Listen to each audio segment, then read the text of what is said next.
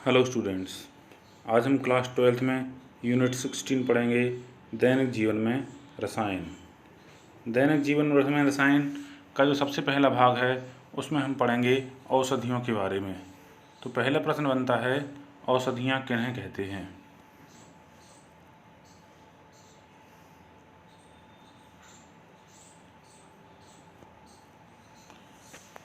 औषधियों का अर्थ होता है दवाइयाँ। तो इसकी परिभाषा क्या बनती है, ऐसे रासायनिक पदार्थ जिनका उपयोग स्वास्थ्य को बनाए रखने में तथा रोगों की रोकथाम में तथा दर्द के निवारण में होता है।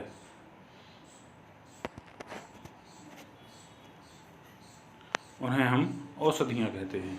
ये सामान्य परिभाषा है और सभी इसे अच्छी तरह से समझ सकते हैं। अब ये दवाइयाँ कितने प्रकार की होती हैं इसे हम देखते हैं। तो सबसे पहले है एनाल्जेसिक। एनाल्जेसिक का अर्थ होता है दर्द निवारक दवाइयाँ या पीड़ाहारी दवाइयाँ, ऐसी दवाइयाँ जो हमारे दर्द को दूर करती हैं।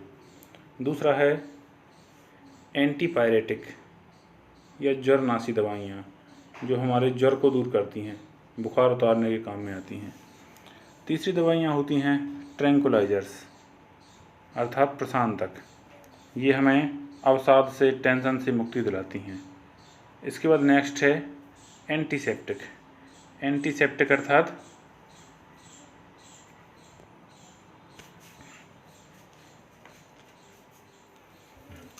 जो हमारे घावों को भरने के काम में आती हैं, उन्हें हम कहते हैं एंटीसेप्टिक दवाइयाँ, जिन्हें हिंदी में कहते हैं पूतिरोधी।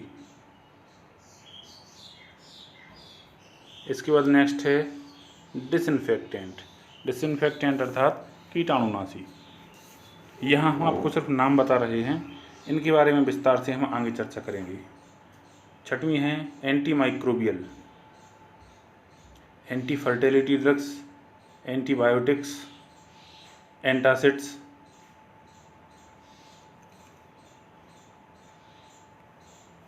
और एंटीहिस्टामिन। इनके बारे में हम एक एक करके चर्चा करेंगे। सबसे पहली दवा है वो है एनाल्जेसिक। एनाल्जेसिक जैसे कि हमने आपको पहले भी बताया, जो हमारे शरीर में हमें दर्द से छुटकारा दिलाने के लिए जो दवाइयाँ ली जाती हैं उन्हें हम कहते हैं एनाल्जेसिक। और इसका सबसे अच्छा उदाहरण है एस्प्रिन और दूसरा उदाहरण है एनाल्जिन। एग्ज़ाम में जब ये क्वेश्चन पूछा जाता है तब यदि हम नाम लिखते हैं तब पर्याप्त है, और यदि हम स्ट्रक्चर बना देते हैं, ये देखिए, यदि हम इनके स्ट्रक्चर बनाते हैं तो ये जो स्ट्रक्चर हैं ये हमें पूरे नंबर दिलाते हैं। तो एक बार इन स्ट्रक्चर्स को बनाने की प्रैक्टिस भी ज़रूर करना है। दूसरी जो दवा है वो है एंटीपायरेटिक्स अर्थात ज्वरनाशी। इसका उपयोग शरीर के तापमान को कम करने में किया जाता है। ये दवाइयाँ दो प्रकार की होती हैं। हाँ, यहाँ ध्यान रखें कि ये जो ज्वरनाशक दवाइयाँ होती हैं ये दर्द निवारक का कार्य भी करती हैं। ये दो प्रकार की होती हैं, narcotic and non narcotic. Narcotic दवाइयाँ जो होती हैं ये पीड़ा को दूर करती हैं और आराम पहुँचाती हैं, और इनको प्रयोग करने से हमें इनकी आदत पड़ जाती है, जैसे मॉर्फिन, कोडीन, हेरोइन, पैथिडीन। ये जो दवाइयाँ हैं इनके उपयोग से हमें बुखार और दर्द दोनों में राहत मिलती है, लेकिन ये नशा उत्पन्न करती हैं और इनको लगातार बार बार लेने से हमें इनकी आदत पड़ जाती है। देखें इनके स्ट्रक्चर, ये है मॉर्फिन और ये है कोडीन, हेरोइन और पैथिडीन। नेक्स्ट जो दवाई होती है नॉन नारकोटिक, ऐसी दवाइयाँ जिनमें एडिक्शन का गुण नहीं होता है। एडिक्शन अर्थात लत या आदत का गुण नहीं होता है, और इनको लेने से हमें आदत नहीं पड़ती है। और इसका सबसे अच्छा उदाहरण है पैरासीटामॉल। इसके अलावा फेनेसिटिन, सिनकोफेन आइबुप्रोफेन और डाइक्लोफेनेक सोडियम और यूकोरिन, ये दवाइयाँ हैं जिनके स्ट्रक्चर यहाँ दिए गए हैं। ये देखें, सबसे पहले पैरासीटामॉल, दूसरा फेनेंसिटिन और तीसरा सिनकोफेन। इसके बाद और आगे आते हैं आइबुप्रोफेन और डाइक्लोफेनेक सोडियम और यूकोरिन। तीसरी जो दवा है वो है ट्रैंक्विलाइजर्स। ट्रैंक्विलाइजर्स हमारे तंत्रिका तंत्र को प्रभावित करती है और हमारे उत्तेजित मानसिकता को कम करके हमें शांति पहुंचाती है।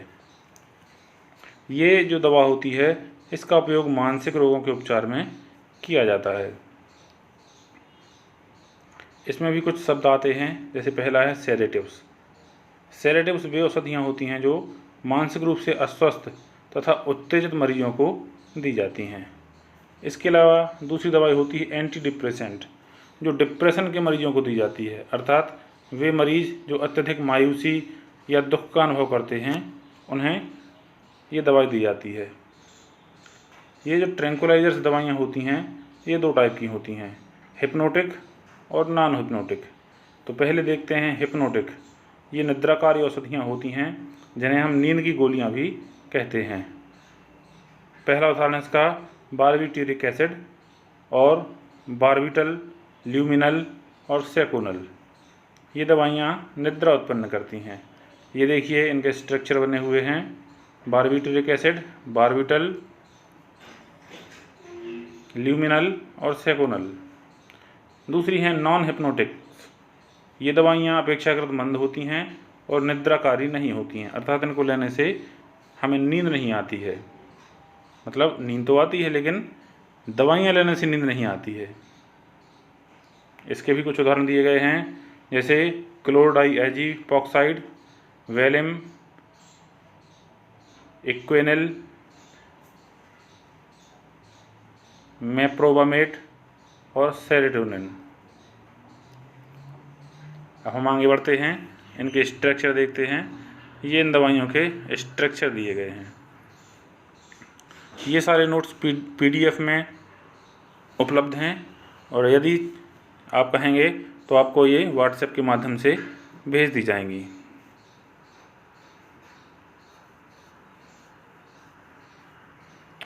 अगली जो दवा है वो है एंटीसेप्टिक या प्रतिरोधी।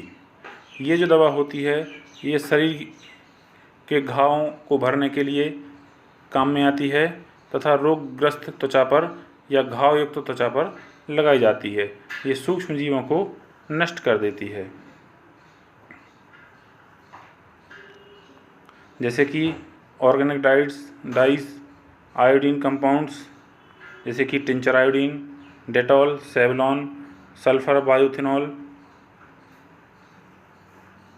यूरोट्रोपिन और सेलॉल। ये इनके स्ट्रक्चर दिए गए हैं।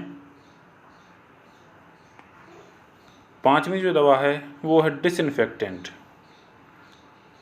डिसइंफेक्टेंट भी सूक्ष्म जीवों को नष्ट करने के लिए प्रयुक्त की जाती है, लेकिन ये जीवधारुओं के शरीर पर लगाने के लिए सुरक्षित नहीं होते हैं, क्योंकि ये बहुत हार्ड होती हैं और हमारी त्वचा की कोशिकाओं को भी नुकसान पहुंचा जा सकती हैं। इसलिए इनका सामान्यतः उपयोग सर्जिकल उपकरणों को फर्श, बाथरूम आदि साफ करने में किया जाता है, जैसे phenol, resorcinol, potassium permanganate, H2O2, sodium borate. ये सारे डिसइंफेक्टेंट्स हैं। इसके बाद आता है एंटीमाइक्रोबियल्स। एंटीमाइक्रोबियल्स नाम से पता चलता है ये छोटे छोटे सूक्ष्म जीवों को नष्ट करने में उपयोग की जाती है और इसमें मुख्य रूप से सल्फ़र ड्रग्स आती हैं, अर्थात ऐसी दवाइयाँ जिनमें सल्फ़र होता है। सबसे पहली दवा है प्रोन्टोसिल।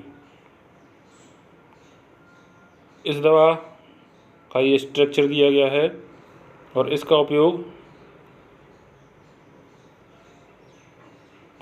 Streptococcal sore throat, child bed, streptococcal fever and acute endocarditis के उपचार में किया जाता है। नेक्स्ट है सल्फाथायाजोल। ये दवाइयों के नाम हैं जो कि एंटीमाइक्रोबियल्स के अंतर्गत आती हैं। पहली दवाई है प्रोंटोसिल और दूसरी दवाई है सल्फाथियाजोल या साइबेजोल। इसका उपयोग स्टेफाइलोकोकल इन्फेक्शन तथा ब्यूटेनिक फीवर में या ब्यूटेनिक प्लेग में इसका उपयोग किया जाता है। ये दवा का स्ट्रक्चर है। अगली दवा है सल्फाग्वानिडीन।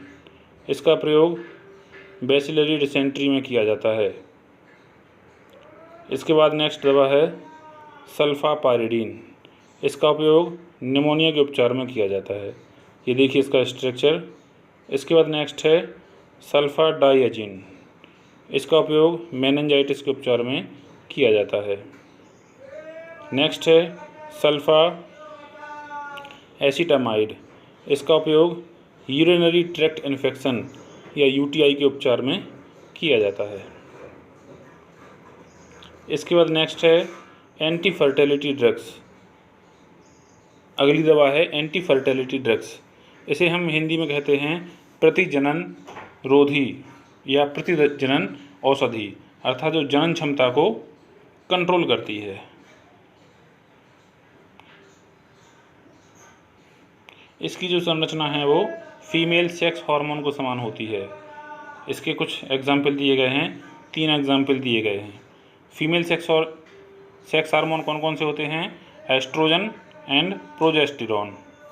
तो एस्ट्रोजन के समान होती है इथाइल एस्ट्राडियोल और प्रोजेस्टेरॉन के समान होती है नॉरएथिंड्रोन। ये 2 दवाइयाँ हमें मुख्य रूप से याद रखनी है। ये इनके स्ट्रक्चर दिए गए हैं।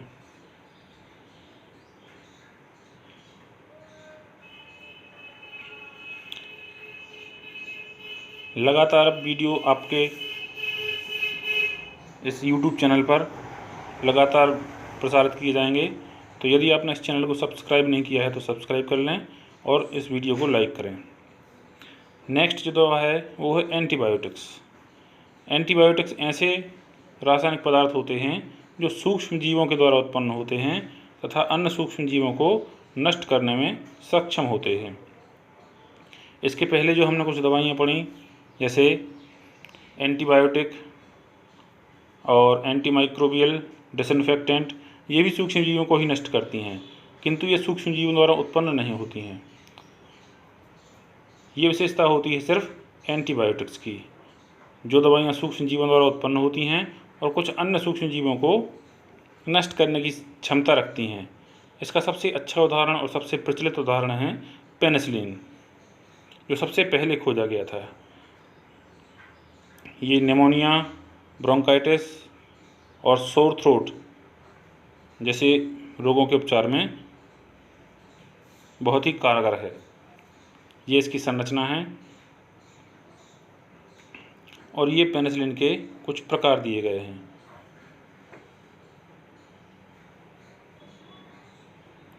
दूसरी दवा है स्ट्रेप्टोमाइसिन। इसका उपयोग ट्यूबरकुलोसिस, ब्यूटेनिक प्लेग, इन्फ्लुएंजल मेनिंजाइटिस और निमोनिया और यूरिनरी ट्रैक्ट इन्फेक्शन के उपचार में किया जाता है। ये है इसकी संरचना। अगली दवा है tetracycline.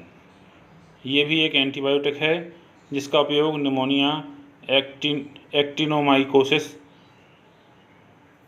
Brucellosis, urinary tract infection, Rocky Mountain spotted fever और टाइफस फीवर के उपचार में किया जाता है। ये उसकी संरचना और इन संरचना के आधार पर ये 3 प्रकार के होते हैं। नेक्स्ट दवा है क्लोरेमफेनिकाल। ये भी एक एंटीबायोटिक है जिसका उपयोग relapsing fever, syphilis, undulant fever, whooping cough, gonorrhoea, typhoid fever, Rocky Mountain spotted fever, scrub typhus, murine typhus और क्यू फीवर में इसका उपयोग किया जाता है। ये इसकी संरचना है।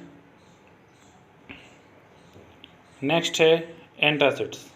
एंटासिड्स ऐसी दवाइयाँ होती हैं जो हमारे पेट में या हमारे आमाशय में उत्पन्न हाइड्रोक्लोरिक अम्ल के आधिक्य को उदासीन करके पेट की अम्लीयता को कम करती हैं।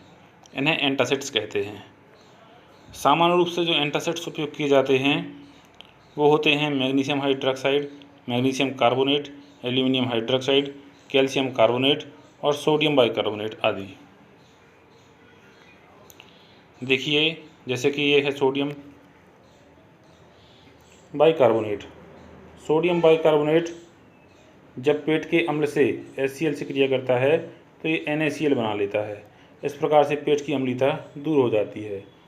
ये सभी अभिक्रियाएं इसी ओर इंगित कर रही हैं कि किस प्रकार से ये यौगिक पेट के अम्ल से क्रिया करके और उस अम्ल को उदासीन कर देती है। लेकिन अधिक मात्रा में इनका सेवन करने से या बार बार इनका सेवन करने से ये पेट में अम्ल को उत्पन्न करने को उत्तेजित करती हैं, जिससे अधिक अम्ल बनता है और व्यक्ति इन दवाइयों का आदी हो जाता है।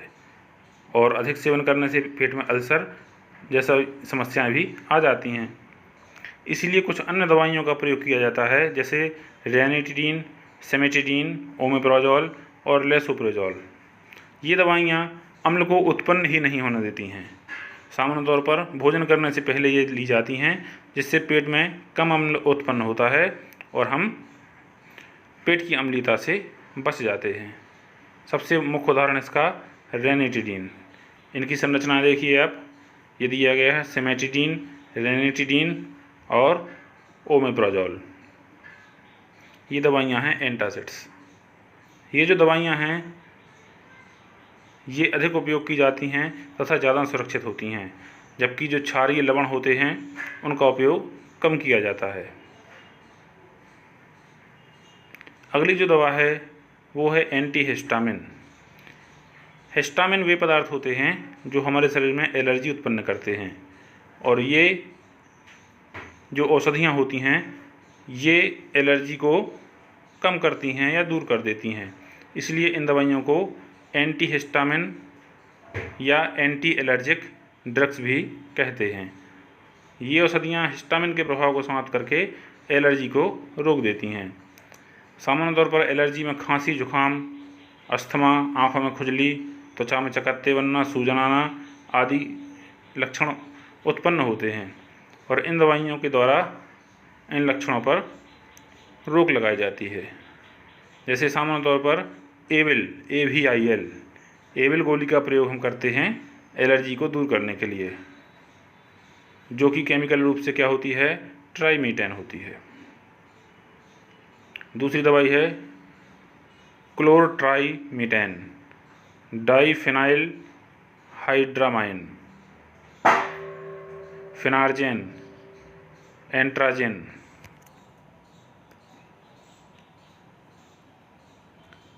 एंटरजिन और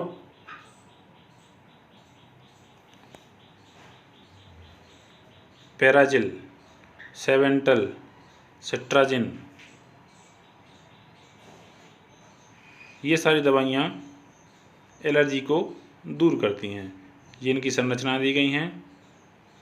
इस प्रकार से हमारे कोर्स में जितनी भी दवाइयाँ हैं उन पर आज हमने चर्चा की। अगले वीडियो में इस चैप्टर से जुड़े हुए अन्य बिंदुओं पर हम चर्चा करेंगे।